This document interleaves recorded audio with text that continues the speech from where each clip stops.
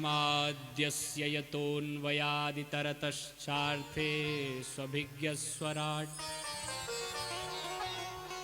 तेने ब्रह्महृदाय आदिकवये मुह्यन्ति यत् सूरयः तेजो वारिमृदां यथा विनिमयो यत्र त्रिसर्गो मृषा धाम्ना स्वेन सदा निरस्तकुहकं सत्यं परं धीमहि। ये भागवत का पहला मंगलाचरण किसके द्वारा किया गया? भागवत के रचयिता कौन है? लिखने वाले श्री वेदव्यास जी महाराज। वेदव्यास जी मंगलाचरण कर रहे हैं और बड़ा अनोखा यह मंगलाचरण है। इस एक मंगलाचरण के ही विद्वानों ने अनेक अर्थ कर दिए। क्यों? बोले क्योंकि इसमें किसी देवी देवता का नाम नहीं लिया गया। इसमें नहीं कहा कृष्णम परम धीमहि, इसमें नहीं कहा रामम परम धीमहि, इसमें नहीं कहा नारायण परम धीमहि। क्या लिखा? बोले सत्यम परम धीमहि। हम उस परम सत्य को प्रणाम कर रहे हैं। कौन है वह? निर्गुण सगुण अनेक प्रकार के अर्थ विद्वानों ने किए और ठाकुर जी के जो सगुण स्वरूप का जो अर्थ है, मानो इस एक श्लोक में ही समस्त कृष्ण लीला को प्रकट कर दिया व्यास जी ने। क्या कह रहे हैं? बोले जन्माद्यस्य यतः। कौन है परमात्मा? किसका ध्यान कर रहे हैं? बोले अस्य कृष्णस्य यतः जन्मादि। भगवान श्री कृष्ण ने जन्म लिया। कहां? कंस के कारागार में, मथुरा में जन्म लिया। और जन्म आदि कहने से जन्म लिया। भगवान शिशु रूप में परिणित हुए, क्योंकि पहले तो चतुर्भुज स्वरूप दिखाया था भगवान ने। भगवान ने शिशु रूप में परिणित हुए, रोदन प्रारंभ किया। देवकी मैया ने स्तुति की, पिता वसुदेव जी ने दिव्य स्तुति की। आदि आदि सब लीलाएं हुई, इसलिए कहा जन्मादि। और जन्म लेकर के भगवान गए कहां? बोले अन्वयात इतरतः। अन्वय कहते हैं वंश को। तो अपना वंश यानी यदुवंश, अपने यदुवंश के मैया बाप को छोड़ करके वसुदेव जी छोड़ आए। कहां? बोले इतरतः। इतर चले गए, दूर चले गए। कहां चले गए? गोकुल, नंद बाबा के यहां। अन्वयात इतरतः। और भगवान हैं कैसे? क्या सामर्थ्य है प्रभु की? बोले अर्थेषु अभिज्ञ। भगवान सब कुछ जानने में सदा सर्वदा समर्थ है। ठाकुर जी से कुछ भी छिपा नहीं है। सब पदार्थों से भगवान अभिज्ञ हैं। कैसे पता चला?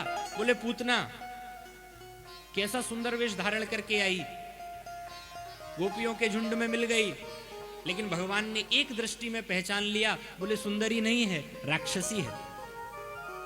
भगवान उससे अभिज्ञ हैं, जानते हैं।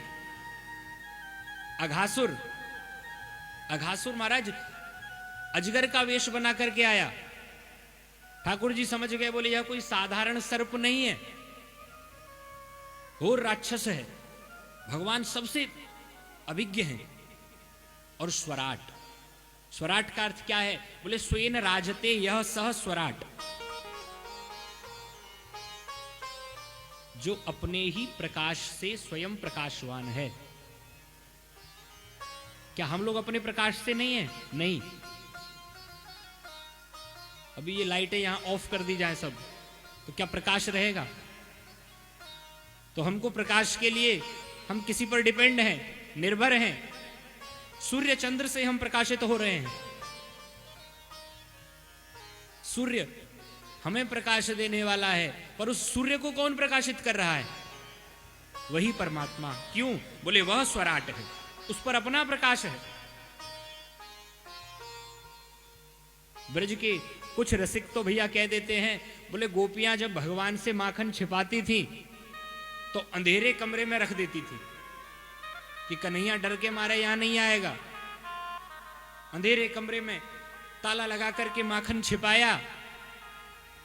लेकिन भगवान के प्रेमीजन कहते हैं, बोले भगवान नन्हे से कन्हैया जैसे ही उस कमरे में प्रवेश करते हैं तो पूरा हॉल महाराज ऐसे जगमगाने लगता है जैसे 1000 वॉट की एलईडी लगा दियो।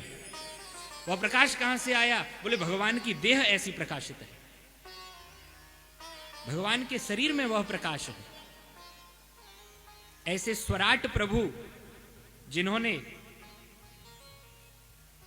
ब्रज में जन्म लेकर के यह आदि कवये ब्रह्म तेने, आदि कवि ब्रह्मा जी को जिन्होंने अपने स्वरूप का विस्तार करके दिखलाया।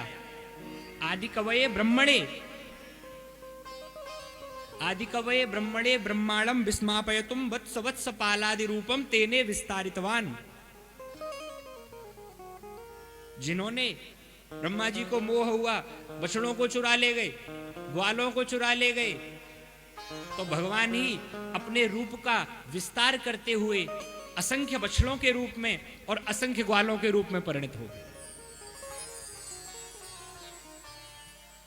और केवल ब्रह्मा जी ही नहीं, ब्रह्मा जी मोहित हुए सो हुए, मोहयंती यत सूरयः, बड़े बड़े सूरमा भी जिनकी लीलाओं से मोहित हो जाते हैं महाराज। और कौन मोहित हुआ? बोले इंद्र को ले लीजिए। ठाकुर जी को साधारण ग्वाला समझ रहा है, मेघों को आदेश दिया बहा दो जाकर के ब्रज को, मेघ मंडल चले, खूब जल बरसाए, और बाल भी बांका नहीं हुआ ब्रजवासियों का।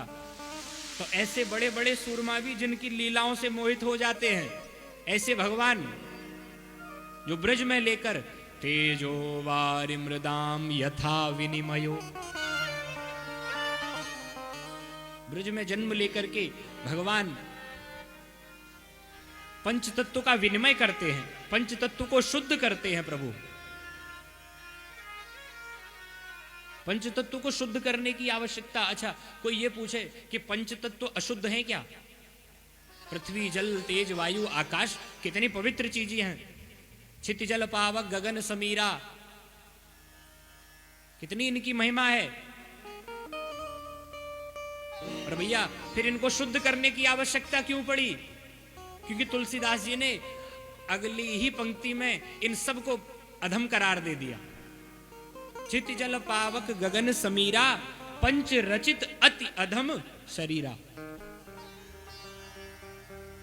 अब इन पंच तत्वों को अधम बता दिया, सो रोते रोते गए भगवान की शरण में, प्रभु आपने हम पंच तत्वों से इस संसार का निर्माण किया और आप ही के संत जन भक्त जन हमको गरिया रहे हैं,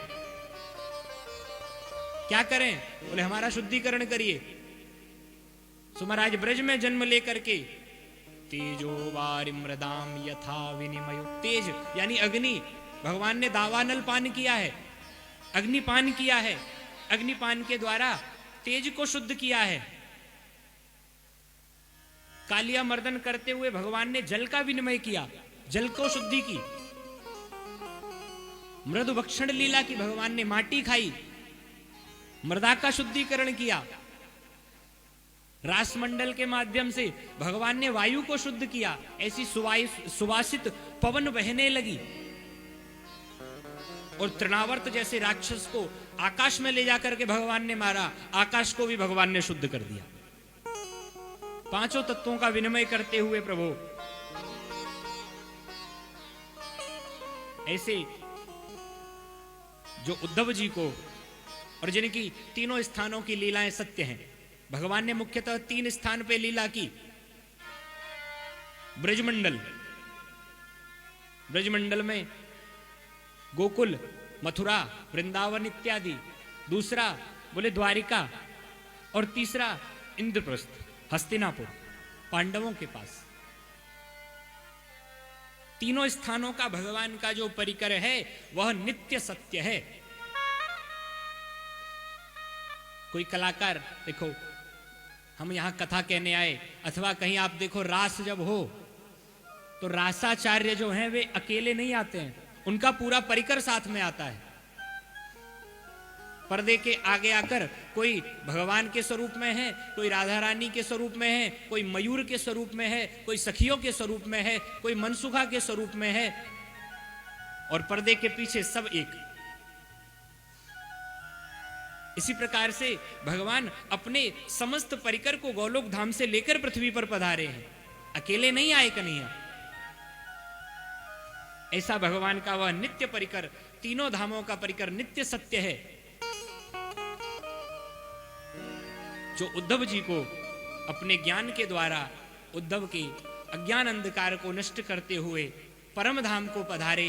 ऐसे सत्य स्वरूप परमात्मा के चरणों में उनका हम ध्यान करें। इसलिए कहा सत्यम परम धीमहि। ऐसे सत्य स्वरूप परमात्मा, कल भी हमने बताया सत्य में और परम सत्य में भेद है।